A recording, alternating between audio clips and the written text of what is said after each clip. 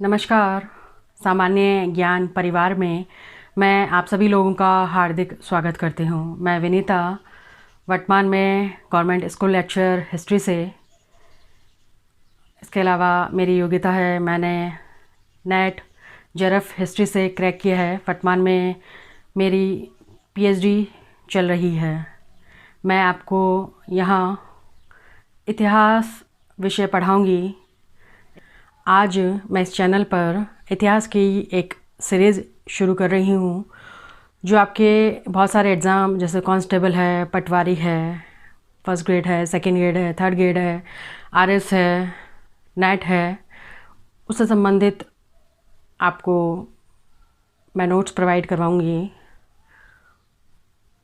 तो बात करते हैं, भारतीय इतिहास को कुल कितने चरणों में बांटा गया है। तो भारतीय इतिहास को कुल 3 चरणों में बांटा गया है।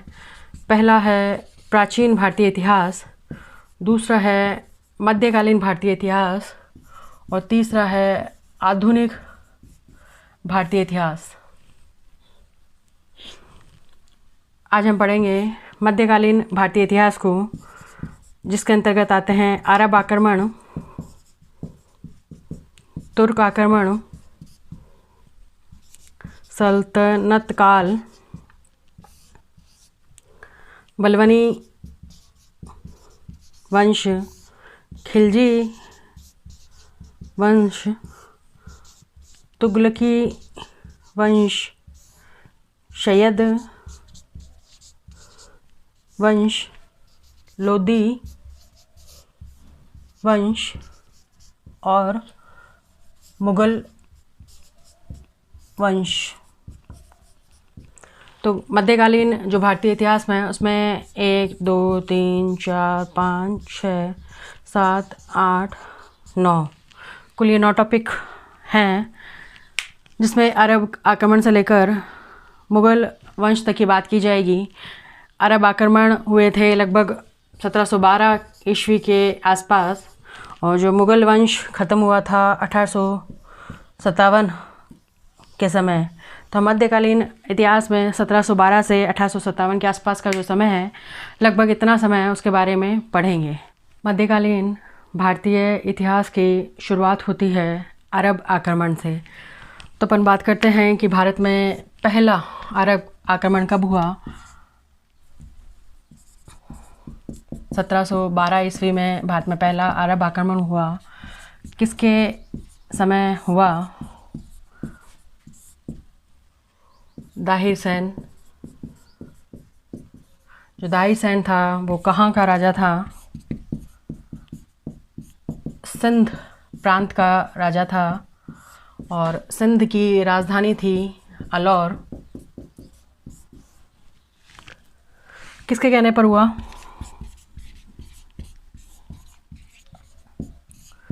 खलीफा वाजिद के कहने पर। अल अजाज ने भेजा मोहम्मद बिन कासिम को। तो किसने किया? मोहम्मद बिन कासिम ने आक्रमण किया। कारण क्या था इस आक्रमण का? सिंध प्रांत के तट पर कुछ डाकुओं ने अरबी जहाज़ों को लूट लिया था।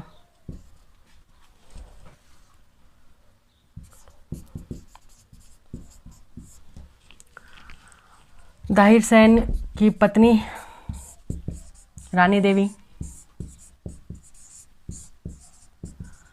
पुत्रियां थी 2 थी सूर्या देवी और दूसरी थी परिमाल देवी।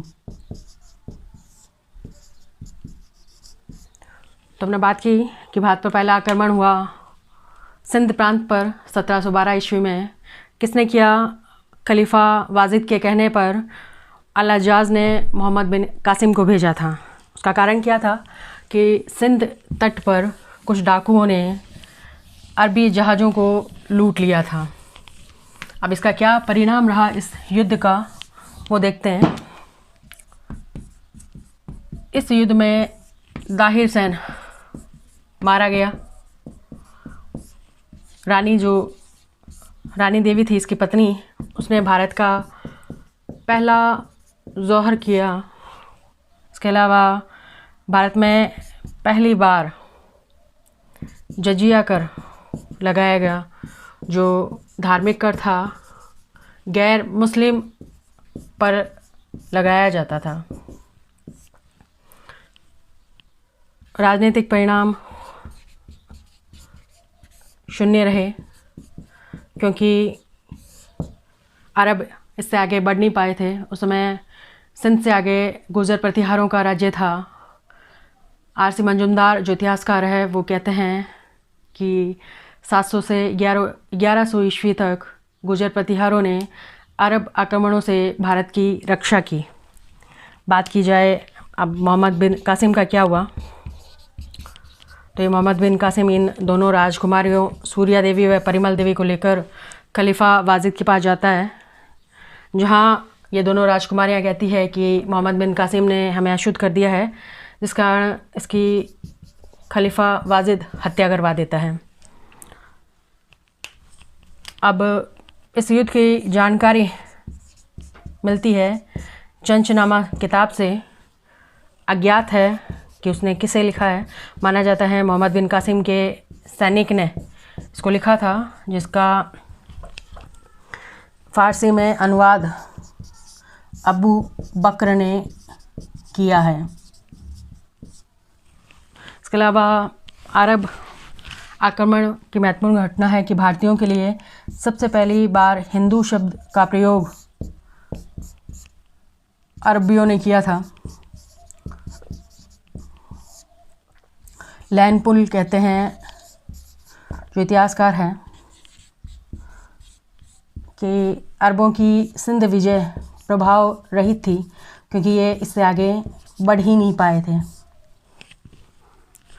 तो आज हमने बात की मध्यकालीन भारतीय इतिहास में पहले टॉपिक अरब आक्रमण की। इसके मुख्य मुख्य बिंदु मैंने आपको आज समझाए हैं। तो आज हमने बात की मध्यकालीन भारतीय इतिहास में पहले टॉपिक अरब आक्रमण की। कब हुआ, क्या मुख्य मुख्य घटनाएं थी, क्या परिणाम रहे। धन्यवाद सामान्य ज्ञान परिवार के सभी सदस्यों का। इसके अलावा मेरा एक एजुकेशनल चैनल और है, मिहाई एजुकेशन अड्डा। उस पर मैं current affairs, latest job, government scheme के बारे में वीडियो डालती रहती हूँ। आप चाहें तो वहाँ जाकर चैनल को सब्सक्राइब कर सकते हैं, वहाँ भी वीडियो देख सकते हैं। और इसके साथ ही मेरा ब्लॉगर पर ब्लॉग भी है, फर्स्ट सरकारी नौकरी, आप वहाँ भी विज़िट कर सकते हैं। धन्यवाद आप सभी लोगों का।